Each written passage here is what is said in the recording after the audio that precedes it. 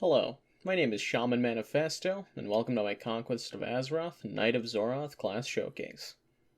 Today I'll be splitting up the video into 3 different segments, so if you want to skip around to certain things, it'll be much easier to navigate. First, I'll talk a little bit about stats and gear. Then I'll go over their abilities, and lastly, I'll give my own personal thoughts on the class. The primary stats for the Knight of Xoroth class are Strength and Stamina, making you one of the few in Conquest of Azeroth that can claim such, meaning you won't have that much competition when it comes to gear. It's difficult to discuss further than primary stats at this moment, as secondary stats aren't exactly abundant at level 30. As for gear, you'll be able to wear up to plate gear, granting you access to the tankiest and most strength-heavy armor the game has to offer. In regards to weapons, you'll be able to sport a wide arsenal of two-handed, one-handed, and shields. However, a lot of future abilities you might be looking towards will scale with weapon damage, so it's advised that you stick with two-handed weapons, such as my nifty Whirlwind Axe. In regards to the shield versus two-handed debacle, I haven't personally tested the usefulness of a shield, as I feel I get enough defensive stats from Herald of Defiance to be able to avoid equipping one, and lean more towards the damage benefits of a two-hander.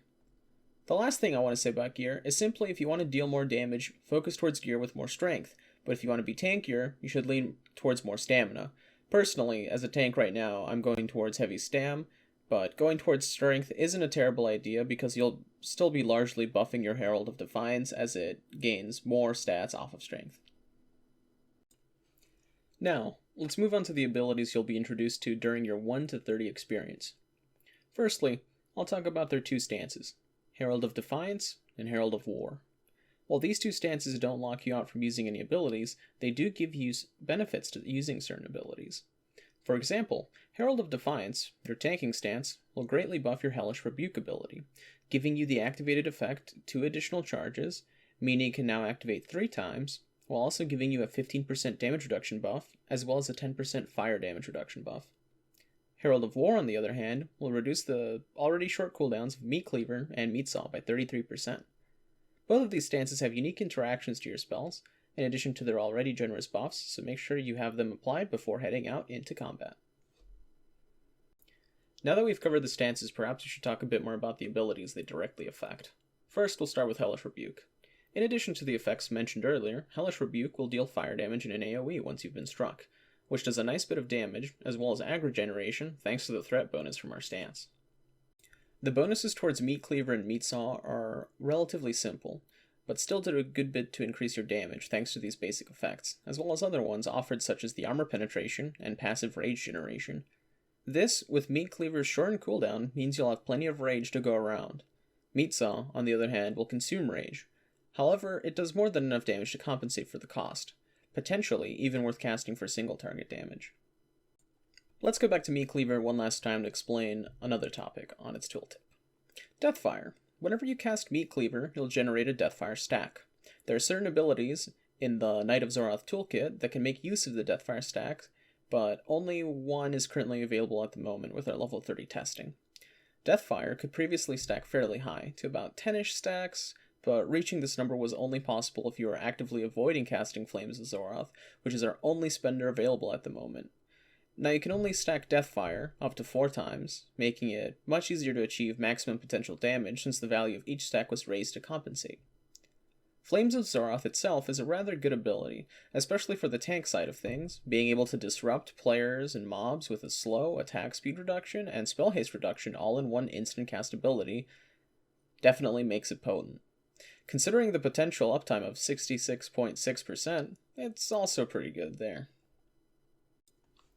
Infernal Strike is one of your rage-spending abilities. It deals weapon damage, meaning items like the Whirlwind Axe, which boast heavy top-end damage, will be something to look out for. However, beyond the base damage, Infernal Strike also has 2 other effects. One being that if your target is affected by the previously mentioned Flames of Xoroth, they'll be taking additional fire damage. As an example, I tested this when Infernal Strike would hit for 100 damage, the bonus fire ended up being 80. To test out how it scales, I then equipped a slower weapon to increase my Infernal Strike damage, which rose to 130 per hit, while the bonus damage stayed the same. So that makes me think that it likely scales off of strength or attack power rather than weapons. The other is the stacking buff Infernal Strike provides per every use. Once you reach that 3rd hit, you'll call down a Molten Hellfire that will deal fire damage to enemies nearby.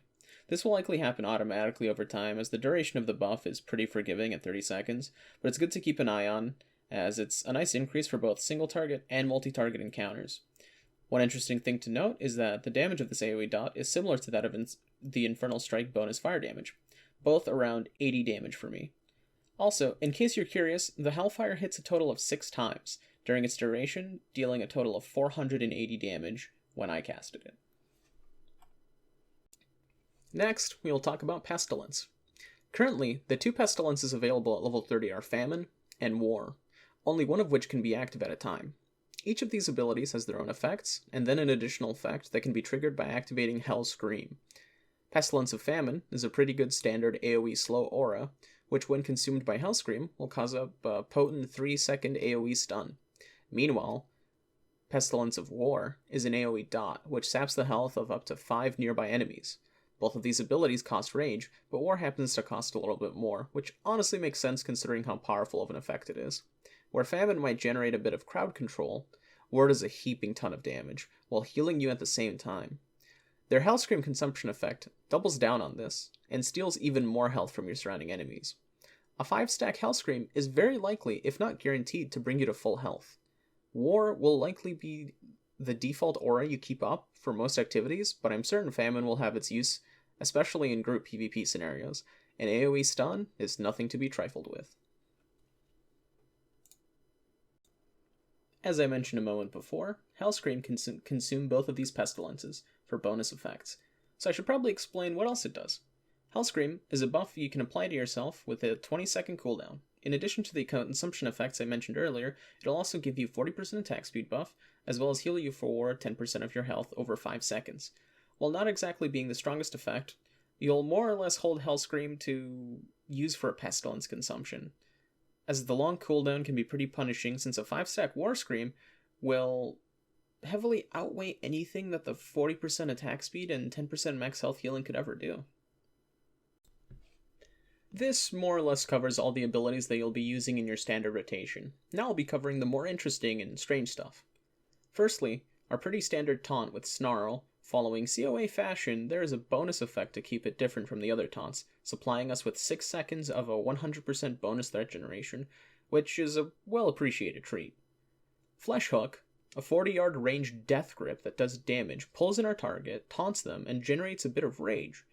This ability is very nice, especially for tanking in PvP. Since we lack movement speed increasing abilities, this kind of distance closer is much appreciated. Hellhaul, a quite frankly hilarious ability to see in action, as you bind a target to you for 4 seconds and drag them around, while also dishing out a significant amount of damage, as they take physical damage hit every quarter of a second over 4 seconds. This has a 1-minute cooldown for a good reason, as it is a pretty potent form of CC and damage. Flay Corpse is an ability that consumes a nearby corpse, healing you for 20% of your max health over 5 seconds, while also generating 20 rage.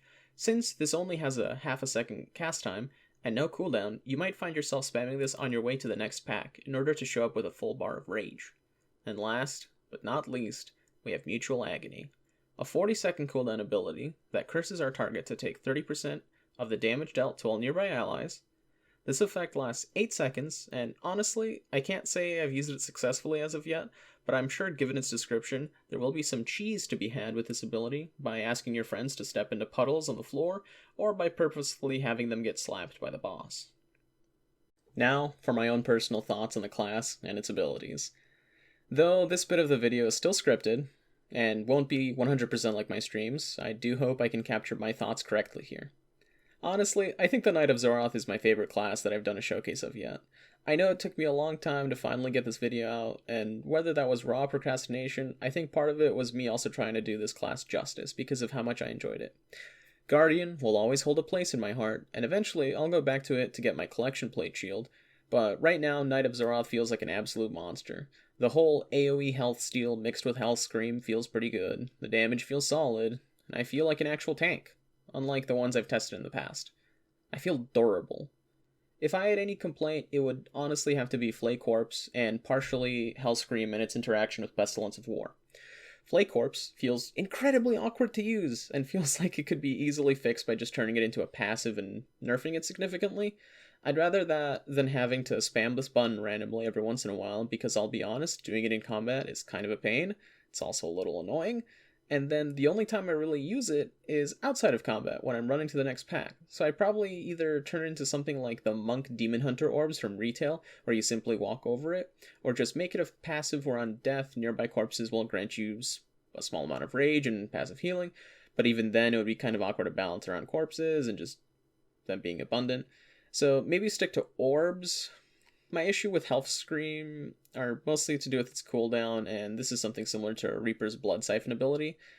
I think it's been called, basically 30-second cooldown ability that siphons the health from all nearby enemies. These are cool, but impactful, that having them on CD means life or death. The actual consumption bit also feels a bit weird. I don't think it would be a ridiculous improvement to get rid of the actual consumption bit, because, like, keeping your Pestilence of War buff is pretty important, but I think it would be a nice quality of life change. Beyond that, I'm really happy to finally get this video out for you guys, and hope you enjoy it. Remember, if you want to chat with me or catch one of my live streams, just subscribe to this channel and hit the bell icon. And for those that want to see on occasion memes or what food I'm probably making or eating, then you can find my Twitter account at twitter.com/Mishwane. Also, before I leave, this will be probably obvious by the video duration, but this was my longest script so far, and it is 4 pages long, or 2,245 words, not counting those, or these. Goodbye.